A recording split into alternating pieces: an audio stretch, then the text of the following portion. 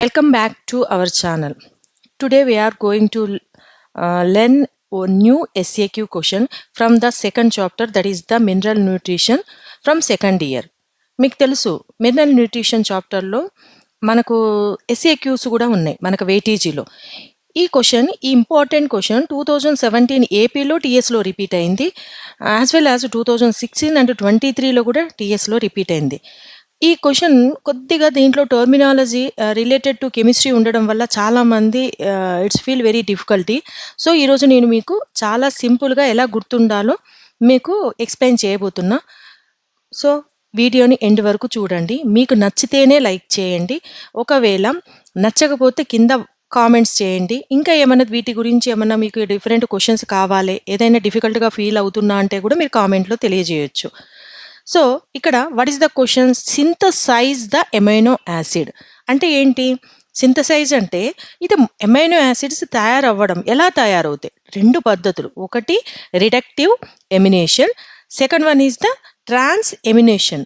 So మీకు terminology అనేది కొంచెం కష్టంగా ఉండొచ్చు, కానీ ఇట్స్ వెరీ ఈజీ. చూడండి, రిడక్టివ్ అనేది ఒక simple word. Amination here also amination. So మీకు డిఫరెంట్ వర్డ్స్ ఏంటి ఇక్కడ? Reductive, trans. Amination is the common word. So what is the reductive amination? In this process ammonia, this is the keyword, ammonia NH4 plus react with the alpha ketoglutaric acid.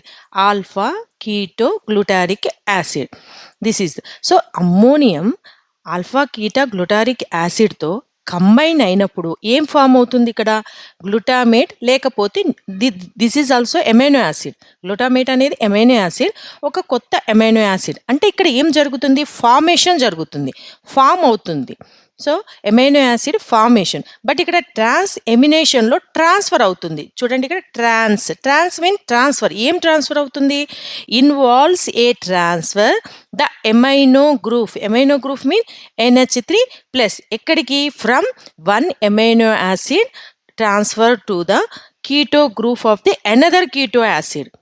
అర్థమవుతుందా మీకు? ఇక్కడ transfer అవుతుంది, ఇక్కడ form అవుతుంది. మీరు ఈజీగా గుర్తుపెట్టుకోవడానికి చెప్తున్నా, alpha keto గ్లూటారిక్ acid అనేది యాస్టీజ్గా రాయండి. NH4 ప్లస్, ఇక్కడ మీకు ఈ డెఫినేషన్లోనే ఉంది, అమ్మోనియం అంటే NH4 ప్లస్ NADPH2. ఇంతవరకు నేర్చుకుంటే ఈ ఈక్వేషన్ ఈజీగా రాయొచ్చు. గ్లూటామేట్ ఆల్రెడీ మనకు డెఫినేషన్లో గ్లూటామేట్ ఉంది. సో దీంట్లో డీహైడ్రోజనేజ్, డి మీన్ హైడ్రోజనేజ్ అంటే హైడ్రోజన్ని రిమూవ్ చేయాలి. NADPH2లో హైడ్రోజన్ రిమూవ్ చేస్తే ఏమవుతుంది? మనకు NADP ప్లస్ అవుతుంది. ఈ రిమూవ్ అయినటువంటి హైడ్రోజన్ ఊకుంటుందా? ఓతో కలిసి H2Oగా మారుతుంది. ఇది ఈక్వేషన్. సో మీరు ఈక్వేషన్కి ఇటువైపు నేర్చుకుంటే ఆటోమేటిక్గా ఇటువైపుది మీకు డెఫినేషన్ చూసి రాయొచ్చు. సో గ్లూటామేట్ డీహైడ్రోజినేజ్ అనేది ఎంజైమ్. సో ఇక్కడ ఈక్వేషన్ కూడా చూసి చాలా పెద్దగా ఉంది, ఇది కెమికల్ పార్ట్ అనుకుంటారు. It's very easy. చూడండి ఇక్కడ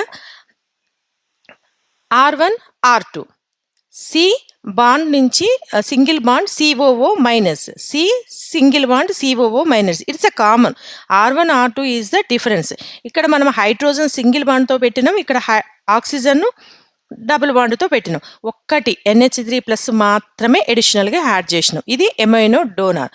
సో ఇక్కడ మీ ఎంజైమ్ నేమ్ కూడా ఈజీగా గుర్తుపెట్టుకోవచ్చు. ట్రాన్స్ ఎమినేషన్లో ట్రాన్స్ ఎమినేజ్ అంటే ఏషియన్ తీసేసి ఏజ్ పెడితే అది మనకి ఎంజైమ్ లాగా అవుతుంది. మరి ఇదొక్కటి గుర్తుపెట్టుకుంటే ఇటువైపుది ఎలా రాయొచ్చు? చూడండి, ఇక్కడ R1 R2 ఉంది కదా, ఈ R2ని యువతలకు వచ్చేటప్పుడు R1గా రాయండి. చూడండి, R2ను R1గా రాస్తే same C double bond COO minus. ఇక్కడున్న R1ను మళ్ళీ ఇక్కడ తిప్పి రాయండి. ఇక్కడ ఏముంది? R1, ఇక్కడ R2 రాస్తాం, సేమ్ NH3 COO. అర్థమైంది అనుకుంటున్నా. సో మనం ఈక్వేషన్కి వన్ సైడ్ నేర్చుకొని, సో నా డెఫినేషన్లో ఉండే నా టర్మినాలజీతో ఎంజైమ్ యాడ్ చేస్తే ఇట్స్ వెరీ ఈజీ.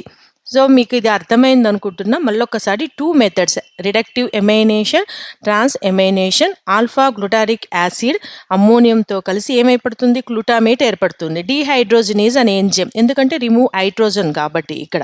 నెక్స్ట్ ఇక్కడ ఫామ్ అవుతుంది glutamate form, but here transfer అవుతుంది. ఏం ట్రాన్స్ఫర్ అవుతుంది, అమ్మోనియన్ గ్రూప్ ఒక ఎమైనో యాసిడ్ నుంచి ఇంకో కీటో ఎమైనో యాసిడ్కి అవుతుంది, R1 R2. సో ఇక్కడ చూడండి, ఇది డోనార్ అంటే ఇస్తుంది అమ్మోనియన్ గ్రూప్. సో దీన్ని ఈ విధంగా గుర్తుపెట్టుకుంటే మనం ఈజీగా ఎగ్జామినేషన్ పాయింట్లో కీవర్డ్స్తో సహా మనం రాయొచ్చు. మీకు ఇది అర్థమైంది అనుకుంటున్నా. సో మళ్ళీ నెక్స్ట్ వీడియోలో ఇంకో టఫ్ క్వశ్చన్స్తో కలుద్దాం. అప్పటి వరకు సెలవు. Thank you.